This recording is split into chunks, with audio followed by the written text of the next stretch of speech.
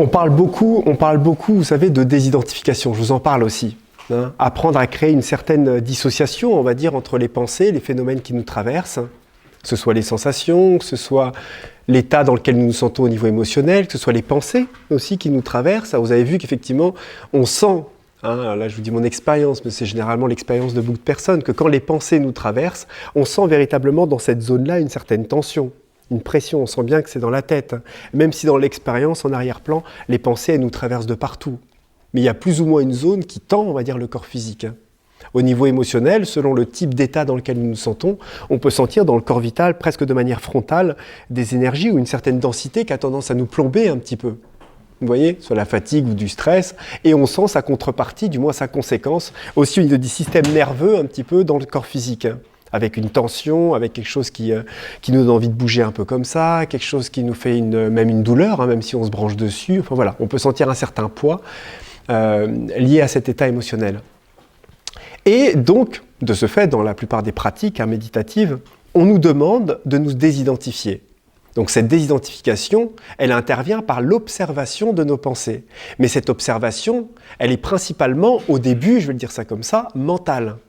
C'est-à-dire qu'il y a l'espace impersonnel, l'espace de notre nature du soi, qui lui observe en permanence, il n'a pas besoin d'être dans l'observation.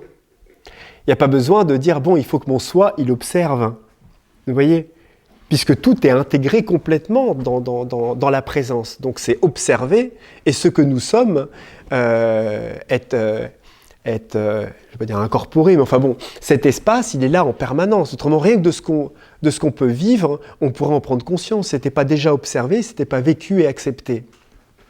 Donc, ce qui fait que quand nous prenons la décision d'observer et de nous désidentifier, c'est que dans le corps mental, à un moment, parce que ça se situe dans les corps du haut, c'est pas le vital ou le corps physique qui fait ça, c'est dans le corps mental, à un moment, il y a une dissociation qui se crée pour nous permettre de percevoir les parties les plus grossières, quelque part, de nos pensées, pour commencer à avoir conscience.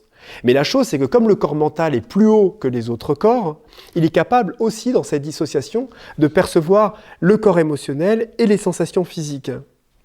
Simplement, cet espace d'observation, qui est en fait une dissociation, une division de notre corps mental, n'est pas pour autant la présence. C'est juste une première marche, un premier débranchage quelque part, descratchage, je ne sais pas comment on peut dire, désaccrochage, de la grossièreté quelque part de nos rythmes et de nos fréquences qui nous amènent en permanence à être attirés comme ça, à cette attraction compulsive, au phénomène, etc., etc.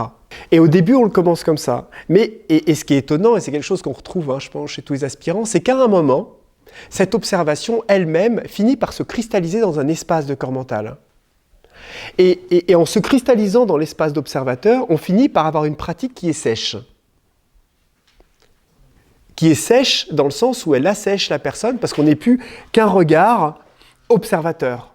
Et on a l'impression, en fait, dans ça, que il ne se passe rien, en fait. Il y a comme une sorte de vide, il n'y a pas d'amour, il n'y a pas de cœur, c'est vide, quoi, en fait. Et on peut rentrer dans des pratiques qui assèchent, des pratiques de désidentification qui assèchent.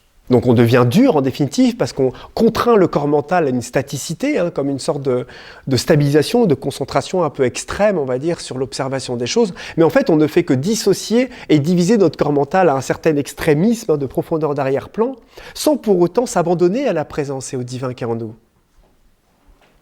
La partie qui permet de fluidifier ça, la partie qui permet de faire fondre ça, la partie qui peut permettre, on va dire, que cet espace un peu cristallisé ou cette cristallisation puisse se défaire, c'est l'acceptation profonde et l'abandon à notre cœur.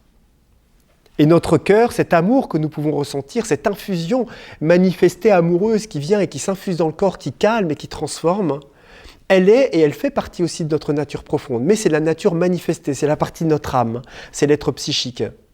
Vous vous souvenez, je fais bien la dissociation entre l'être central, la partie de l'espace impersonnel, qui n'a aucun qualificatif, qui n'a aucun centre, et la partie amoureuse de notre être, la partie qui manifeste et qui, elle, a, on va dire, des qualificatifs qui vont être vraiment l'amour, toutes les qualités, on va dire, divines qu'on est capable d'apprécier, on va dire, vraiment dans notre corps, et qui, elle, a aussi un objectif, qui est d'infuser et de manifester le divin dans notre corps, dans notre conscience.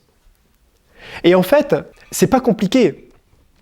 Parce qu'il nous suffit juste, quand on est dans cette position, hein, voilà, où, vous voyez, on médite là comme on faisait, on médite tranquillement, et à un moment, on est dans cette désidentification. La chose, c'est qu'à un moment, on est comme une sorte de satellite qui se perd un petit peu dans un espace et qui peut rester à observer, mais on n'est pas stable dans cet espace, parce qu'à chaque fois, on est rattiré, on revient, on prend conscience de la pensée, on revient, on est dans l'émotionnel, on prend le truc, ah non, je me vois, donc on revient là, et ainsi de suite. Mais c'est un satellite qui n'est pas encore sorti de la périphérie, vous savez, de la force centrifuge quelque part de la conscience. Hein, alors là, on est encore instable, donc ça demande de la concentration. Et là où c'est intéressant, c'est quand on commence profondément à prendre conscience, je le répète 2 fois, c'est prendre conscience, à prendre conscience qu'il y a un espace amoureux qui nous attire, qui est présent, qui est là, qui ne demande qu'une seule chose, qui nous tend les bras et qui demande juste à ce qu'on lâche prise et qu'on s'abandonne. Et si quand on est comme ça et on s'abandonne et on se laisse aller et on appelle cet amour, on peut juste prendre conscience qu'on a un cœur et un amour et on dit voilà, je m'abandonne. Alors c'est intéressant parce que ça nous demande des fois juste d'avoir un support et d'imaginer qu'il y a quelque chose. Parce que si on n'a pas l'expérience de ça, au début, il faut imaginer qu'il y a quelque chose de plus profond, qui est là dans cet espace et qui peut nous accueillir et nous prendre dans son cœur. Vous voyez ? C'est généralement pour ça que, même dans des pratiques, on va dire, quelles qu'elles soient, hein, spirituelles, on se sert souvent d'un support, hein, que ce soit le sadguru, la vision du gourou, la vision d'une déité, ou voilà, un support hein, visuel ou autre pour pouvoir avoir quelque chose à laquelle s'abandonner. Hein. Et là, si on fait juste ça, il suffit de peu. Le basculement, il se fait directement. C'est juste une question de confiance. C'est juste une question de confiance. Et vous avez dû voir que quand on fait ça, automatiquement, à un moment, il y a une anesthésie du corps qui se fait. Comme une sorte de douceur, à un moment qui apparaît, comme si d'un seul coup les pensées se calmaient, et il y a quelque chose qui commence à s'infuser dans le corps, à nourrir le corps. Quelque chose de matériel, substantiel. Hein, c'est une énergie, c'est une lumière, c'est une vibration, mais qui a un pouvoir sur notre mental, notre vital et notre corps physique.